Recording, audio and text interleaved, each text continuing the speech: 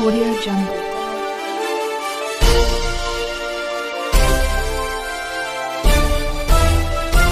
Audio Jungle.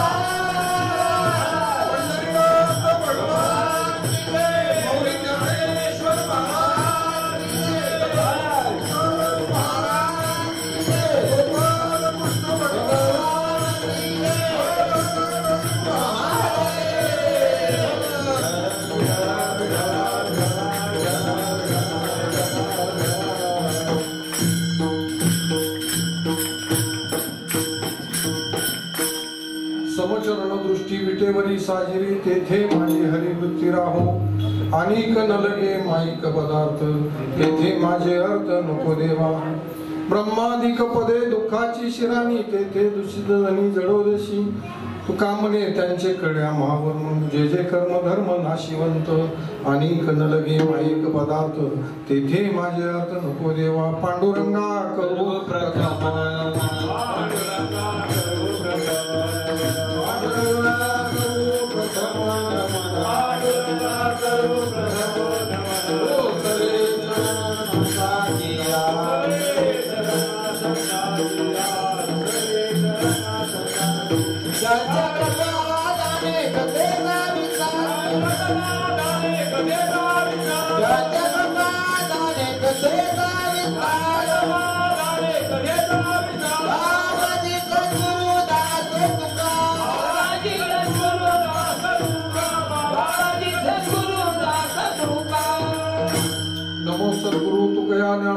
नमो सद्गुरु सच्चिदानंद रूपा नमो सद्गुरु वर्त कल्याण मूर्ती नमो सद्गुरु भास्करा सेवे लागी सेवक दालो सेवे लागी सेवक दालो सेवे लागी सेवक दालो सेवे लागी सेवक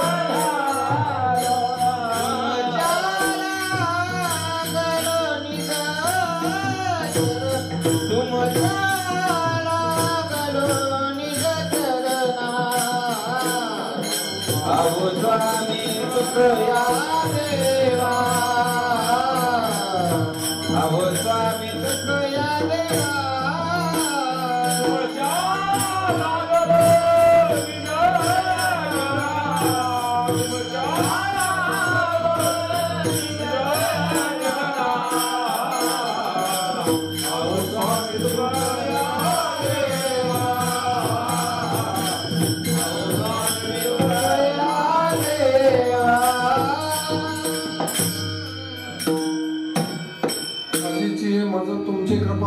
दिले संत जनमाय बापा आली मुखा वाटे अमृत वचने तीर्णताईने नवे जन्मे जगद्गुरु तुकोबराय अभंगाच्या माध्यमातून सांगायचं तर जगद्गुरूंनी जो अभंग गाथा लिहिला तर पहिला अभंग हा लिहिला म्हणून आपल्या वारकरी संप्रदायामध्ये पहिल्याच्या सप्त्याच्या पहिल्या दिवशी हे या अभंगावरती कीर्तन करायचं असते आणि सांगायचं तात्पर्य असं की जसा फळांचा राजा आंबा असतो प्राण्यांचा राजा सिंह असतो तसा महिन्यांचा राजा श्रावण आहे आणि या श्रावण मासामध्ये भगवंताचा जन्म झाला आणि त्या जन्माष्टमी निमित्त हा चाललेला सप्ताह की जेणेकरून आमचे गोडाशीतले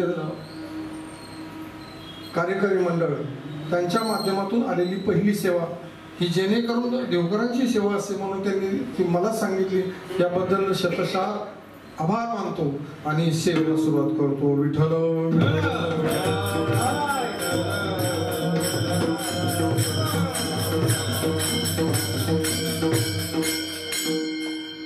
तुकोबराय अभंगाच्या माध्यमातून सांगतात. कारण काय झालं, संतांनीच देवाला रेगरूप आणलंय. आपल्याला देव माहिती नव्हते की देव असे दिसायला दिसतात, परंतु प्रत्येक संतांनी त्यांच्या चरित्राचं वर्णन केलं. त्या चरित्रानुसार भगवंत असे दिसतात हे आपल्याला माहिती पडलं महाराज. की जेणेकरून या संतांनी त्यांना उभं कसं केलं. पुंडलिकाच्या भावार्था गोकुळाग्नी झाला येता, किंवा पुंडलिकाच्या सेवेसाठी किंवा त्या ठिकाणी भगवंत साक्षात त्या विटेवरती आज युगे 28 उभे राहिलेत महाराज. जी संतांची सेवा आहे तुकोबराय अभंगामध्येच म्हणतात की समचरण दृष्टी आणि विटेवरी साजिरी. साजिरा गोजिरा कोण आहे, तो भगवंत आहे.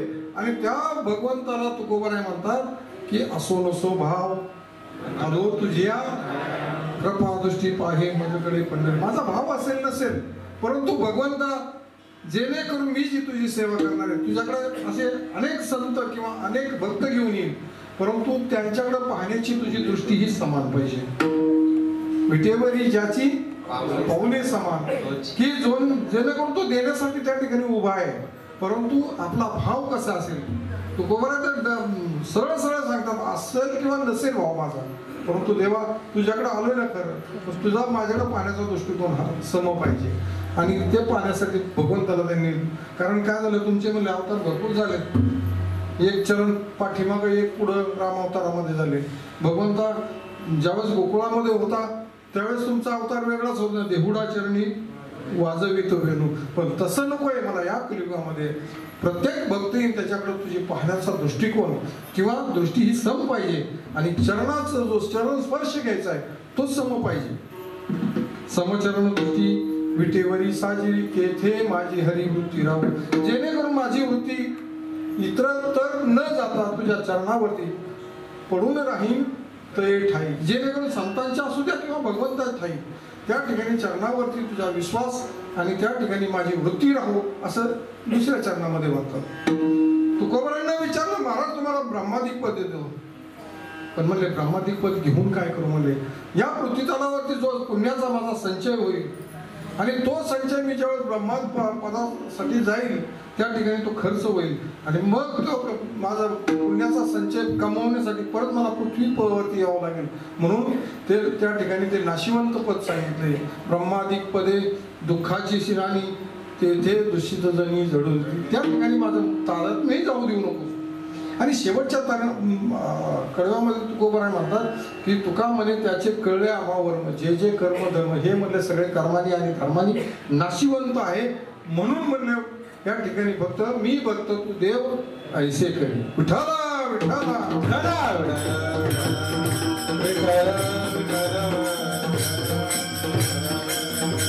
एक लक्षात घ्या, तुकोबरायांचा जन्म मी त्या दिवशी सांगितला का, परंतु तुकोबरायांच्या जीवनामध्ये जे चढ उतार आले हे आपल्याला पाहिजे. तुकोबरायांनी जीवनामध्ये जडांचा उद्धार केला, जीवांचाही उद्धार केला.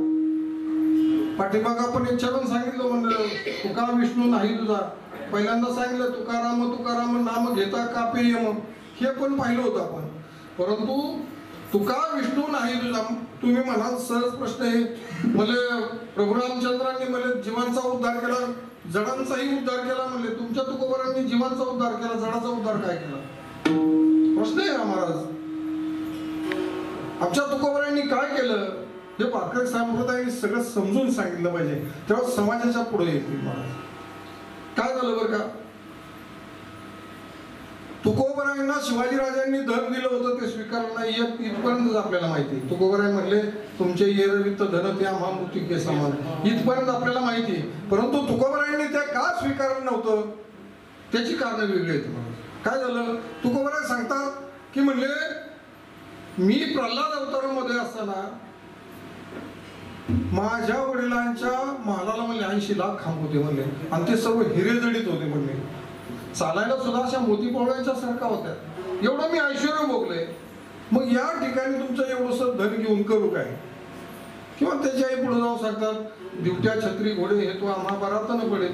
पण याचं काय करायचंय म्हणले, आम्ही फक्त या ठिकाणी वैराग्य प्राप्त व्हावं यासाठी आम्ही अवतार घेतलाय म्हणले. तुम्हाला याची काहीच गरज नाही. शिवाजी राजांना वाटलं कदाचित तुकोबरायांनी काय केलं असेल, समाजामध्ये धन स्वीकारलं असेल, आपण एकांतवासामध्ये देण्याचा प्रयत्न करू. बघा बरं, ज्या भंडाऱ्यावरती तुकोबराय चिंतनासाठी जायचे, नांदुरकीचं झाड होतं त्या नांदुरकीच्या झाडाखाली, कारण तुकोबरायांच्या प्रत्येक साधनेच्या ठिकाणी जिवंत पाणी म्हणजे विहिरीला आणि नांदुरकीचं झाड कुठलेही तुम्ही जाऊ नका. आणि ज्या ठिकाणी विसावे येतात त्या ठिकाणी नांदुरकीची झाड आहेत. तुम्हाला भामचंद्र कोराडा परत भंडारा तिन्ही डोंगरावरती. आपण इकडे जर बालेघाटात तुकोबराय जायचे व्यापारासाठी तर मध्ये जाताना आपल्याला पण येतं. आम्ही तुम्हाला सांगतो, जेव्हा पंढरीच्या वारीला जायचे ना, आपण मध्ये एक आनंदीच्या मोशीच्या मध्ये एक पाऊत काही बघा तिथं विसाव्याचं ठिकाण तिथं सुद्धा आहे. म्हणजे तुकोबरांच्या ठिकाणी म्हणजे जे होतं कारण हे सर्वसाधारण वृक्ष नाहीत, जेणेकरून तुकोबराय त्या वृक्षाच्या छायेखाली एक शिळा ठेवलेली तुम्हाला, आणि त्या शिळेवरती बसून तुकोबराय चिंतन करायचे. तर एके दिवशी काय झालं, शिवाजी महाराजांना वाटलं की कदाचित म्हणले आपण त्यांना एकांतवासामध्ये धन देण्याचा प्रयत्न करू. तुकोबराय चिंतनाला जायच्या अगोदर शिवाजी महाराज त्या ठिकाणी पोहोचले भंडाऱ्या डोंगरावरती. त्या बसायच्या शिळेवरती त्यांनी धनाची पिशवी ठेवली आणि वरती झाडावरती जाऊन बसले. बसल्यानंतर तुकोबराय चिंतन करत करत त्या शिळेजवळ आले. काही नाही पाहिलं त्या शिळेकडं, काही बोलले नाही, काही नाही. शेजारी जाऊन बसले, दिवसभर चिंतन केलं, संध्याकाळी घरी निघून गेले. राजे ज्यावेळेस खाली उतरले झाडावरून त्यावेळेस पाहिलं म्हणलं इथंही तुकोबरायांनी धन स्वीकारलं नाही. म्हणून त्यांनी काय केलं, ती पिशवी घेतली, आपल्या राजमहाली निघून गेले. दुसऱ्या दिवशी ज्यावेळेस तुकोबराय त्या शिळेजवळ गेले चिंतनासाठी, त्या शिळेकडे पाहिलं सुद्धा नाही. शेजारी बसले, दिवसभर चिंतन केलं, निघून गेले. एक दिवस झालं तसं, दुसऱ्या दिवशी तसं, तिसऱ्या दिवशी तसं, चौथ्या दिवशी तसं. परंतु पाचव्या दिवशी ज्यावेळेस तुकोबराय त्या शिळेजवळ आले, आल्यानंतर बसणार खाली तितक्या शिळा बोलू लागले. मला तुम्ही मला तुमच्या डोक्यावर परिणाम झाला काय, शिळा कुठं बोलते का? अहो आमच्या माऊलीची अख्खी भिंतच चालते, तुकोबरायांची एक शिळा बोलू शकत नाही. संत चरण रज लागता सहज वासनेचे बीज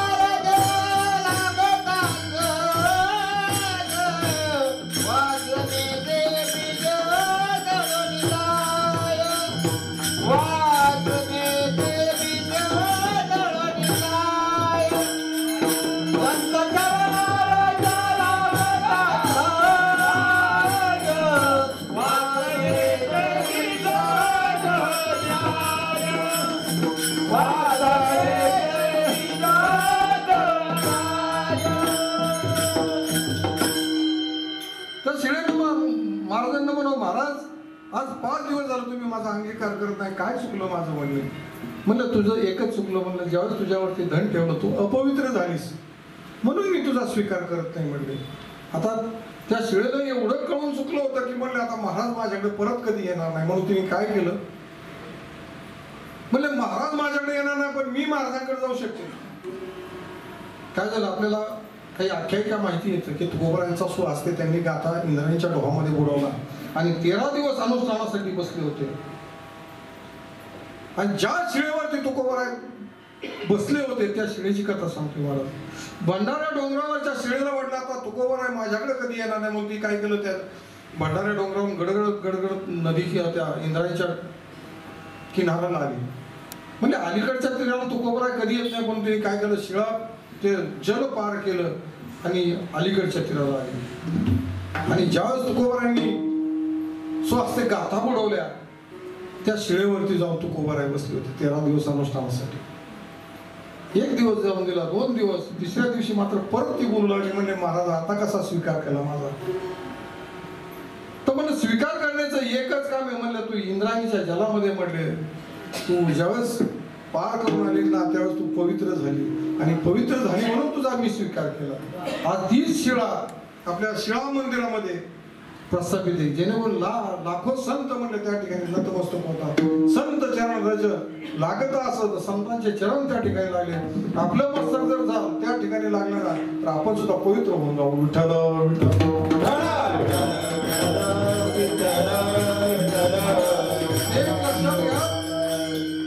तुम्ही म्हणाल याला काही पौराणिक बेस आहे का किंवा संतांच्या रजकणांना किती महत्व आहे ते सांगितलं मी तुम्हाला. महाराज काय झालं, रुक्मिणी मातेला भगवान श्रीकृष्ण ज्यावेळेस वृंदावनामध्ये लग्न करण्यासाठी घेऊन आले त्यावेळेस उद्धवाजवळ निरोप सांगितला. म्हणजे उद्धवा एक काम कर म्हटले तर माझ्या सर्व गोकुळवासियांना त्या ठिकाणी जाऊन माझा निरोप सांग की तुम्ही सर्वांनी माझ्या लग्नाला यायचे.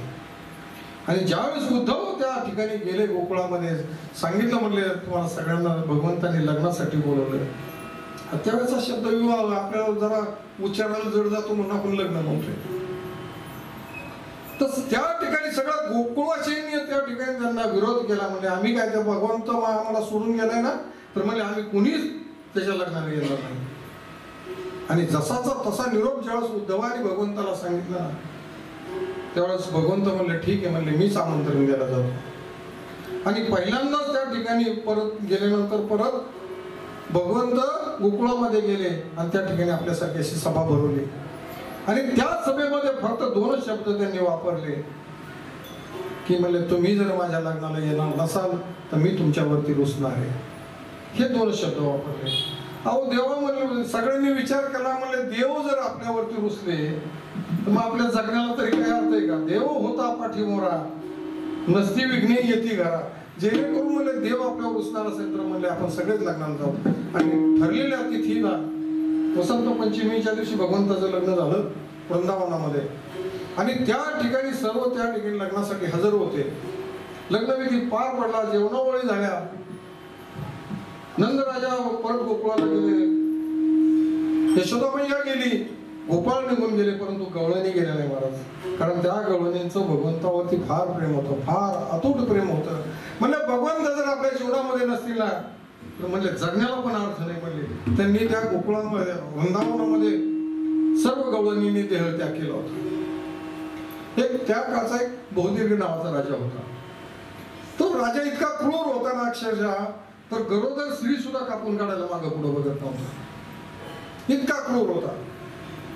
आता त्याचे पहिले 100 अपराध पूर्ण झाल्यानंतर पहिले देव त्यांना सजा द्यायचे. परत आता 100 गुणिले 100 जरी केले तरी लवकरात लवकर देव सजा देत नाही. तर त्या राजाचा अंत जवळ आला होता. तो काय झाला घोड्यावरती स्वार झाला.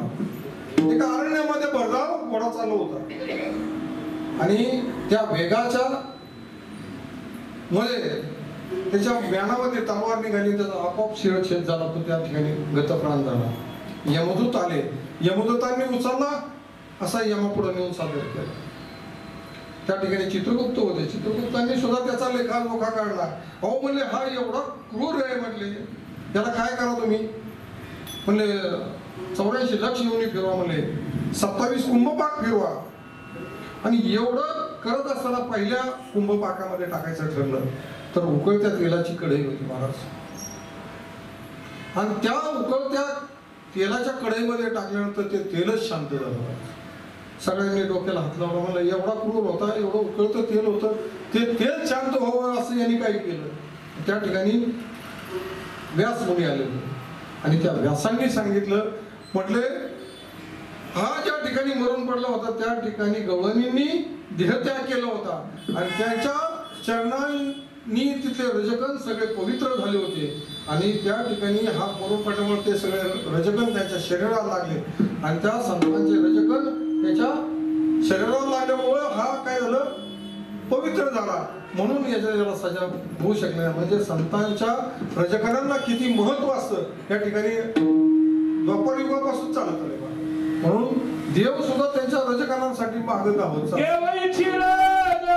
चरणाची माती धावत चालती मागे मागे धावत चालती मागे आदरीची नाद चरणाची माती धावत चालती मागे मागे धावत चालती मागे मागे देव इच्छिता तीराची चरणीची माती धावत चालते मागे.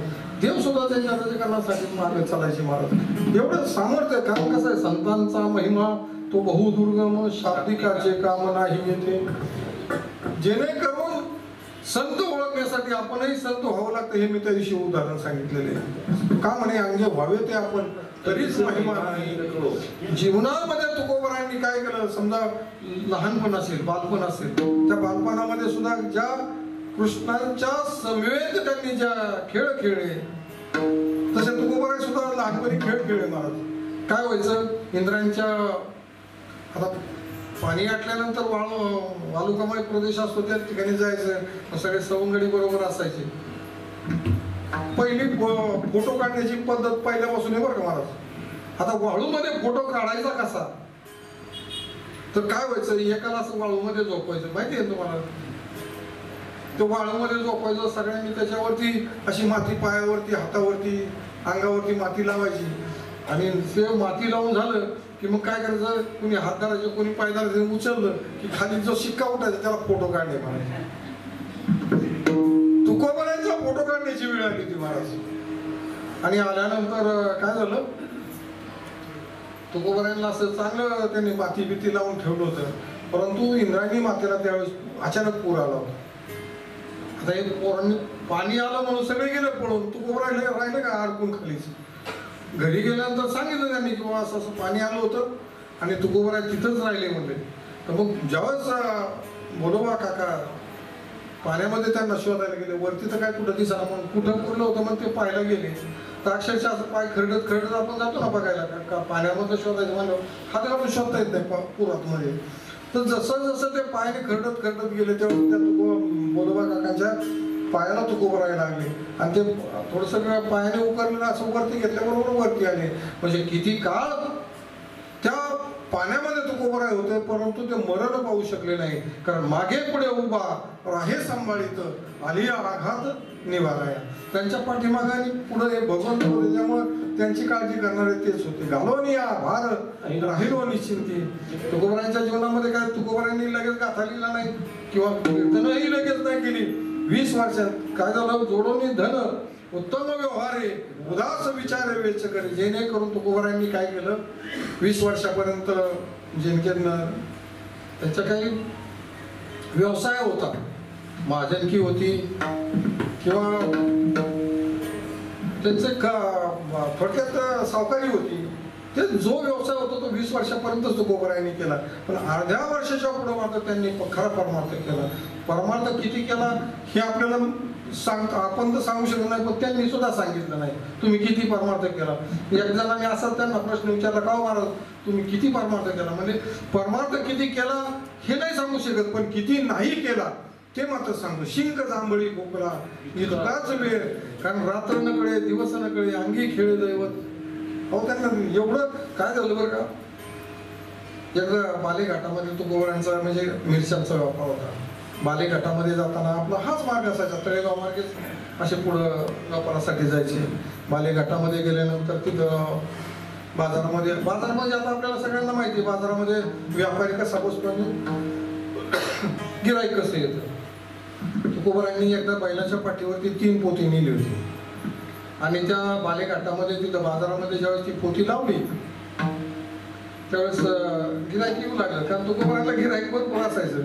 कारण कसं असायचं, पहिली 1 किलो जर आपण काय मिरची घेतली की ते असं वरती थोडं घेण्याची पद्धत होती पहिली. आता तुम्हाला काय होतं, वजन काटा म्हटलं तरी तुम्हाला इलेक्ट्रॉनिक काटा आहे, तुम्हाला एक शेंगदाणा सुद्धा वरती मिळणार. त्यावेळेस तशी प्रथा नव्हती. आता थोडं थोडं करून लोकांनी जवळजवळ 2 मिरच्याची पोती संपवली. तर 3रं पोतं राहिलं. एक त्या गावातला ठगच होता मला थोडक्यात. तो आला म्हणला, महाराज असं माझ्या घरात लग्न आहे, पण माझ्याकडे काय पैसे नाहीत, पण ते राहिलेलं तेवढं मिरच्याचं पोतं मला देऊन टाका तुम्ही. आता यांचं कसं आहे, पाहिजे ना बा घेऊन जा. आता तो घेऊन गेला, परंतु जे त्यांच्या साथीदार होते भगवंत त्यांच्या व्यापाराला त्यांच्या बरोबर जायचे. आणि मग तेव्हा काय करायचं, यांच्या मिरच्या विकून झालं की ज्यांनी जास्त मिरच्या घेतल्या त्यांच्या घरी जायचं, त्यांच्याकडून तेवढ्या मिरच्यांचे पैसे वसूल करून आणायचे.